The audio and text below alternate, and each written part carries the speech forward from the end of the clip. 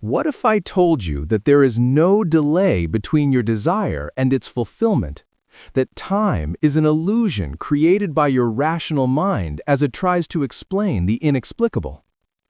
Today, I will prove why every single manifestation happens instantly and why Neville Goddard was right when he said that time is a deception of the senses. Most people think of manifestation linearly. First the desire, then the technique, then waiting, then the result. But reality works entirely differently. Neville Goddard discovered a fundamental law. The moment you enter the state of the wish fulfilled, the moment you feel yourself to be the person you want to be, your desire is already fulfilled. Not will be fulfilled, it already is. This sounds paradoxical, but let's break down the mechanics of the process. Goddard taught that there are two worlds, the world of Caesar, the physical world we see with our eyes, and the world of divine imagination, where everything already exists. When you imagine the desired outcome, you are not creating something new, you are simply tuning in to a reality that already exists. Think of radio waves. All stations are broadcasting simultaneously right now in this very space. When you change the frequency, you don't create a new broadcast, you simply adjust the tuning. Manifestation works exactly the same way. All possible versions of your life exist simultaneously. Your imagination is the frequency switch. But if manifestation is instantaneous, why don't I see the result immediately? Goddard's answer is brilliantly simple. The physical world is a shadow, a projection, an echo of what happens in imagination.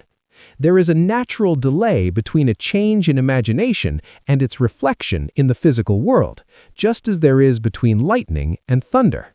The lightning has already struck, the thunder is inevitable, only the distance remains. Goddard called this the bridge of incidence. The moment you accept the desired outcome as fact in imagination, an invisible bridge begins to form. It consists of people, circumstances, and events, everything necessary for materialization.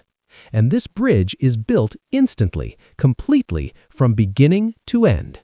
You don't see the whole bridge because physical sight is limited to the present moment, but the bridge already exists.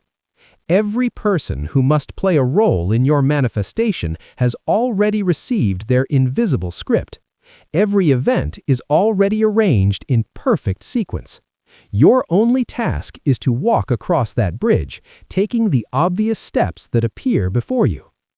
Goddard said, "An assumption, though false, if persisted in, will harden into fact." Notice, not may harden, not probably will harden, it will harden. This is law, as inexorable as the law of gravity. Why then do not all manifestations work? Because most people do not persist in the assumption. They create a perfect scene in imagination, then destroy it with doubts. It's as if you planted a seed and then dug it up every hour to check whether it had sprouted. The seed will inevitably grow if left alone. Constant checking kills the process. When you enter the state of the wish fulfilled, you literally become a different person. Your frequency, your vibration, your radiation changes. Reality begins to rearrange itself around this new version of you. But if an hour later you return to old thoughts and feelings, you cancel the rearrangement. Goddard gave the example of the ladder. Imagine climbing a ladder. Feel the rungs under your hands, the upward movement. Then during the day, repeat, "I will not climb a ladder." Within 3 days, every student found themselves in a situation where they had to climb a ladder. The imaginal act was performed with a sense of reality. The bridge of incidence was built instantly, and conscious denial could not destroy it. There are no big or small manifestations. For imagination, creating $1 million is no harder than creating a cup of coffee. Difficulty exists only in your beliefs about what is possible or impossible, fast or slow. Goddard offered a technique that eliminates the feeling of delay.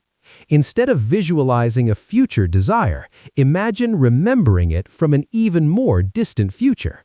I remember when I wanted that job. Now I've been working there for a year already. This instantly places the desire in the past, making it an accomplished fact. Goddard emphasized the importance of naturalness. When you truly have something, you don't think about it constantly. You have hands, but you don't think about them every second. They simply are. The same should be true of your fulfilled desire. It simply is. Period. That is why he recommended falling asleep in the state of the wish fulfilled. In sleep, you spend hours in the new reality without interference from the conscious mind, pure imprinting of the new version of yourself. When a manifestation is truly accepted by the subconscious, the outer world begins sending confirmations, symbols, conversations, and counters. These are not coincidences, they are reality adjusting. But deliberately looking for these signs is a mistake. They come naturally when you are not seeking them. Focusing on signs is a sign of doubt. Goddard revolutionized the concept of time. Past, present, and future exist simultaneously. Consciousness is a point of attention moving through these moments, creating the illusion of sequence. In imagination, you can move that point anywhere, revise the past, live in a future you have made present. Live in the end. Do not visualize the process of getting the desire. Visualize the moment when you already have it, when it is already part of your life.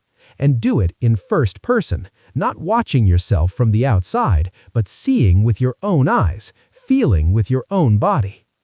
Goddard's final truth: God is your own wonderful human imagination.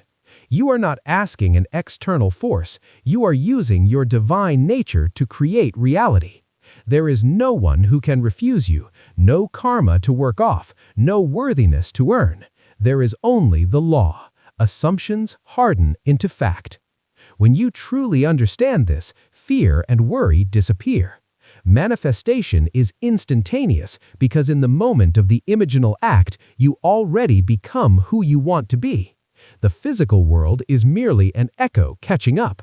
The delay you perceive is simply the time needed for physical reality to reorganize around your new version. But on the level of true reality, everything has already happened. Walk as though you already are.